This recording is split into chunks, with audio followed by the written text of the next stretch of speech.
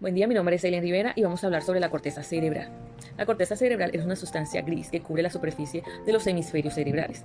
La corteza se le reconoce tres componentes importantes, como es la arquicorteza, la paleocorteza y la neocorteza. A continuación vamos a ver algunas imágenes con las funciones de la corteza cerebral, algunas estructuras subyacentes o que la componen.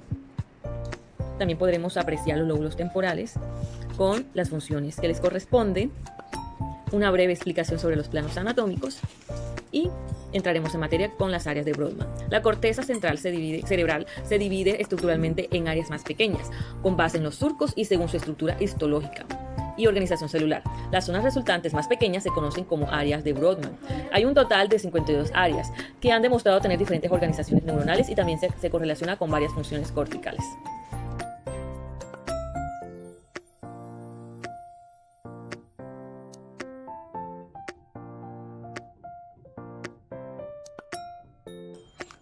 Para explicar los planos anatómicos, los cuales vamos a enfatizar en esta entrega, vamos a utilizar esta rosita de jabón, como vemos aquí.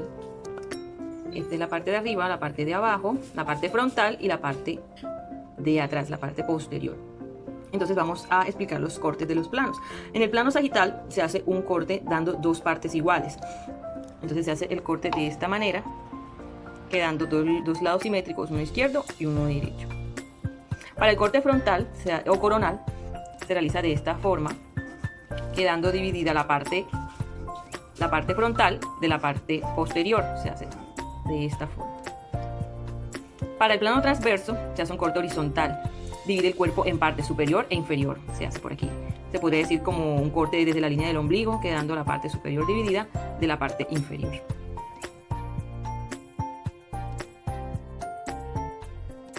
Buen día, mi nombre es Eileen Rivera y a continuación en este video interactivo vamos a conocer un poco sobre las zonas de Brodmann, las áreas de Brodmann. Estas áreas son imaginarias y se encuentran en nuestro cerebro, así como los paralelos, los meridianos o las divisiones políticas de los continentes o de los países. La función de esta área, de esta división, es el estudio para diferentes ramas como la psicología, la psiquiatría, la neurología. Cada una de estas áreas cumple una función muy específica, sensorial y cognitiva. ¿Quieres conocerlas? A continuación, te las presentaremos. Iniciamos con el área somatosensitiva o somestésica primaria. El área, bueno, vamos a enumerarla de acuerdo a la dirección de rostral, a caudal 3, 1 y 2. Área 3, 1 y 2. Función.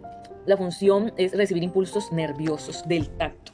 Todo lo que tiene que ver con el tacto, dolor, presión, temperatura, toda la información táctil. Y recibe mensajes de articulaciones y músculos. Alguna patología puede ser confusión en la percepción táctil. Y cuando se estimula, se siente como una comezón o entumecimiento y movimientos sin haber impulso nervioso.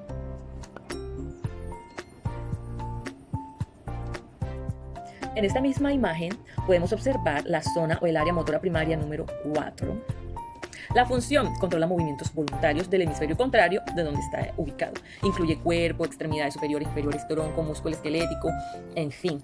Y patologías, cuando se daña esta área puede haber epilepsia, espasmos y cuando es muy severo hasta parálisis de miembros inferiores. Y bien, continuamos con el área 5 y 7 de Brodmann, sensitiva o somatosensitiva secundaria. Como podemos ver en la imagen, se puede observar que está en la parte posterior de la zona o del área 1, 3, 1 y 2, en la parte posterior. Tenemos un corte sagital, donde se puede observar el hemisferio izquierdo en la imagen que está en la parte de arriba, y en la imagen que se encuentra abajo vemos ese corte sagital, donde vemos la parte interna del cerebro, y también podemos ver la zona 5 y 7. ¿Cuál es la función de esta zona? Bueno, recibe información sobre el sentido de la vista, movimientos corporales que van como respuesta a estos estímulos visuales. Reconoce objetos con el tacto también, tamaño, forma, textura. Alguna patología puede ser la asterognosia contralateral. Para el área 6 le tengo una canción. No sin antes mostrar la ubicación. Tenemos otro corte sagital donde vemos la zona izquierda, el hemisferio izquierdo es el que se puede apreciar y ahí se encuentra el área 6.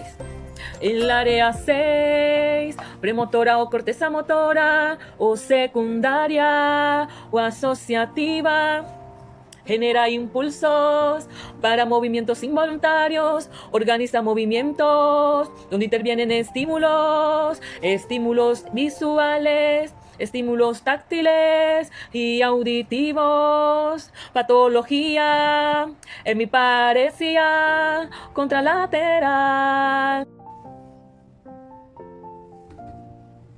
El área 8 es el área del campo ocular frontal. Esta área es la que se encarga de los movimientos voluntarios de los ojos. Patología, desviación lateral de los ojos. Área 9, 10, 11 y 12 o corteza prefrontal. En la siguiente imagen podemos observar estas áreas se encuentran en la parte frontal de nuestro cerebro. La imagen está en el mismo corte sagital. Se puede observar el hemisferio izquierdo, se puede observar el lado izquierdo. Y está el corte sagital, la parte interna, ahí se puede observar estas zonas, área 9, 10, 11 y 12. A continuación vamos a hablar sobre algunas de las funciones de cada una de estas áreas. Área 10, recuperación de la memoria, funciones ejecutivas, manejo de los procesos cognitivos, como pensamiento, razonamiento, voluntad, imaginación, organización del tiempo, el control de la agresividad, la atención dividida, habilidades sociales, de conducta. Alguna patología puede ser la euforia o la moria. Seguimos con el área 13 y 14. Circunvalación insular. Se encuentra en la parte anterior de la ínsula.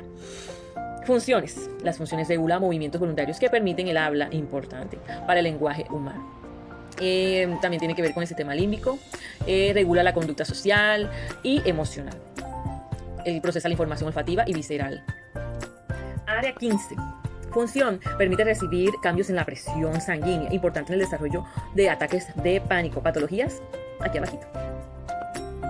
Área número 16. Procesa información de dolor y de temperatura. Permite llegar a impulsos procedentes del sentido del oído y regula movimientos de la deglución.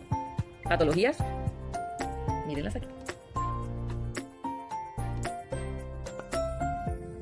Buen día, mi nombre es Lady Joana Mafla Gómez, de la carrera de Psicología.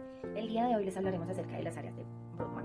En el área 17 la conocemos como el área visual primaria. Esta se trata de la primera área de la corteza que empieza a procesar la información, mapeado o representación en el campo visual. Este permite un procesamiento posterior y más preciso. Obtiene también las primeras impresiones de color, orientación o movimiento. Una de sus patologías es la ceguera y el punto ciego. En el área 18 esta nos permite la misión en 3 dimensiones y la detección de la intensidad lumínica. En el área 19, esta nos permite el reconocimiento visual de los estímulos al vincularse con la memoria. Sus afectaciones en el área 18 podemos el de no conocer objetos o personas, y en el área 19 alteraciones en la percepción visual del movimiento. En el área 20-21, la región del lóbulo temporal analiza los aspectos más complejos de la información de los sentidos, es decir, permite vincular la experimentación de sensaciones al pensamiento y al razonamiento. Una de sus patologías es la demencia del lenguaje. En el área 22, este se relaciona a la capacidad de comprensión del lenguaje, ayudando a transformar, visualizar la información auditiva con significado. Sus afectaciones es afasia sensorial transcortical. Esto se describe en los pacientes que no comprenden cuando repiten varias veces las cosas. En las áreas 23, 24, 29, 30 y 35 y 38 de Brodmann conforman la región límbica de la corteza cerebral. Estas áreas están vinculadas con el desarrollo de emociones y la ejecución de comportamientos instintivos. Una de sus afectaciones es el Alzheimer y la desorientación topográfica. En el área 26, este se relaciona con la memoria autobiográfica y se sitúa en el giro de cíngulo.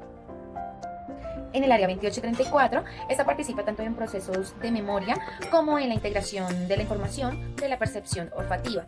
Sus patologías es la apatía, trastornos alimenticios y la hipersexualidad. Bueno, buenos días, mi nombre es Yolanda Escobar y el día de hoy les vengo a hablar acerca de las áreas de Brodmann. Pero primero, para entender un poco esto, ¿quién es Brodmann? Brodmann es un investigador que, para explicar las funciones de la corteza cerebral, dividió esta en más de 40 áreas. Para entender un poquito más esto, ¿qué es una área de Brodmann? Bueno, pues es una región de la corteza cerebral definida en base a su citoarquitectura. La citoarquitectura es la disposición de las células que constituyen la corteza cerebral. Entonces acá podemos ver que se dividen en más de 40 partes. En esta imagen se puede ver mejor áreas de Brodmann. Las amarillas son de tipo ejecutivo, las 21, 20 y 37 nos permiten, nos ayudan con lo de la memoria, con lo del motor, con lo emocional. Hay también áreas que nos ayudan para olfativa, que son del olfato. Hay somatosensoriales, unas que nos ayudan con la atención, con la visual, con la auditoria, diferentes tipos de áreas que nos ayudan. A mí me correspondió, vamos a hablar de las áreas desde la 33 hasta el área 47 de Brodmann. Bueno, ahora nos corresponde hablar del área 33 de Brodmann. Esta área 33 de Brodmann se encuentra en el cíngulo dorsal anterior y zona pregenual. Esta se encarga de procesar los sentimientos, procesa los movimientos musculares, la experimentación del dolor, está vinculada pues con la toma de decisiones y de procesar de las emociones que nosotros sentimos. Organiza los movimientos musculares que necesitamos para realizar una acción concreta y regula la experimentación del dolor. Como podemos ver en la imagen, esta se encuentra ubicada en el hemisferio izquierdo. En el hemisferio izquierdo se encuentra el área 33 de Brodmann. Bueno, en este caso nos corresponde hablar del área 36. Esta se encuentra en el lóbulo temporal y está relacionada con el reconocimiento de imágenes, la relaciona pues con la memoria, especialmente pues con el almacenamiento del cerebro y también de recuerdos de forma inconsciente. Esta se encarga más que todo como el reconocimiento de las imágenes que uno ve. Y una lesión pues en esta área dificulta reconocer imágenes. El reconocimiento de esas imágenes, ve uno las imágenes de manera muy distorsionada. Bueno, ahora nos toca el área 37. El área 37 se encuentra en el circunvolución temporal inferior. Esta está vinculada con el reconocimiento de los rostros, la comprensión de las metáforas y permite pues el desarrollo del lenguaje de signos. Ya saben que es como el lenguaje de señas, no, perdón, me equivoqué. El lenguaje de signos, sí, de comprender pues qué significa, no sé. Bueno, una lesión en esta área puede ocasionar prosopagnosia. ¿Qué es la prosopagnosia? La prosopagnosia es una lesión en esta área que consiste pues en la dificultad para distinguir una cara conocida. El paciente sabe lo que ve, sabe que pues lo que ve es una cara, pero ha perdido la conexión entre lo que ve y la parte de la memoria que se dedica a la identificación. Por ejemplo, yo puedo ver, digamos así, de pronto una imagen, por ejemplo, un rostro que yo sé que es conocido. Entonces, pero ellos, al tener esta condición, es muy difícil ellos reconocer de pronto quién es. O sea, saben, pero en la memoria no hay ese recuerdo de esa imagen que hayan visto. El área 39 y el área 40. Las áreas 39 y 40, que es giro angular, el área 39 y giro supramarginal, representan el área del esquema corporal. Lesiones de esta parte, el esquema corporal. Las lesiones de esta parte hacen que el enfermo no reconozca partes de su cuerpo como propias. Conforman la región de Wernicke, área somatosensorial de asociación o giro angular, relacionadas con la comprensión de las palabras. También permite que desarrollemos discursos bien estructurados y que seamos capaces de organizar y verbalizar adecuadamente nuestras ideas. Una lesión del área 39 y 40 produce anoxia táctil. ¿Qué es la anoxia táctil? Se define como una alteración de la capacidad de reconocer objetos por el tacto y no se reconocen los objetos más comunes. O sea, como que yo toco, por decirlo así, puedo tocar una bola, por ejemplo. Entonces, la toco, pero no voy a reconocer esta bola que es, no se reconoce por el tacto. Pero en las imágenes acá se puede ver un poco. Área 40, es el área 40. Y este es el área 39 que se encuentra pues, en el cerebro. Ahora vamos a hablar del área 41 y 42, que son áreas se ubican en el lóbulo temporal y son áreas auditivas primarias que nos ayudan pues, con la audición. Entonces, permite que sepamos de dónde vienen los ruidos que escuchamos y que seamos capaces de percibir pequeñas variaciones en la intensidad de los mismos. Están situadas en los giros angular y supramarginal, respectivamente, que rodean la parte más posterior de la cisura de Sylvius. Ya una lesión en esta área puede producir dificultad en la ubicación del sonido, en el espacio y puede ocasionar la pérdida de la audición. 3.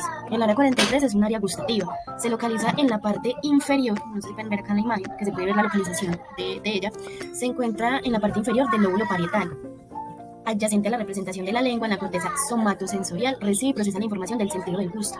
También está relacionada con el mantenimiento del equilibrio, y también pues, conecta mucho con las papilas gustativas para sentir pues, los sabores. Y una lesión en esta área, si una lesión bilateral produce alteración o pérdida de la sensibilidad o pérdida gustativa. El área 44 y 45 son motoras del lenguaje, son áreas de Broca. Gracias a estas dos áreas somos capaces de hablar y de entender lo que nos dicen y escribir y poder leer y comprender el lenguaje.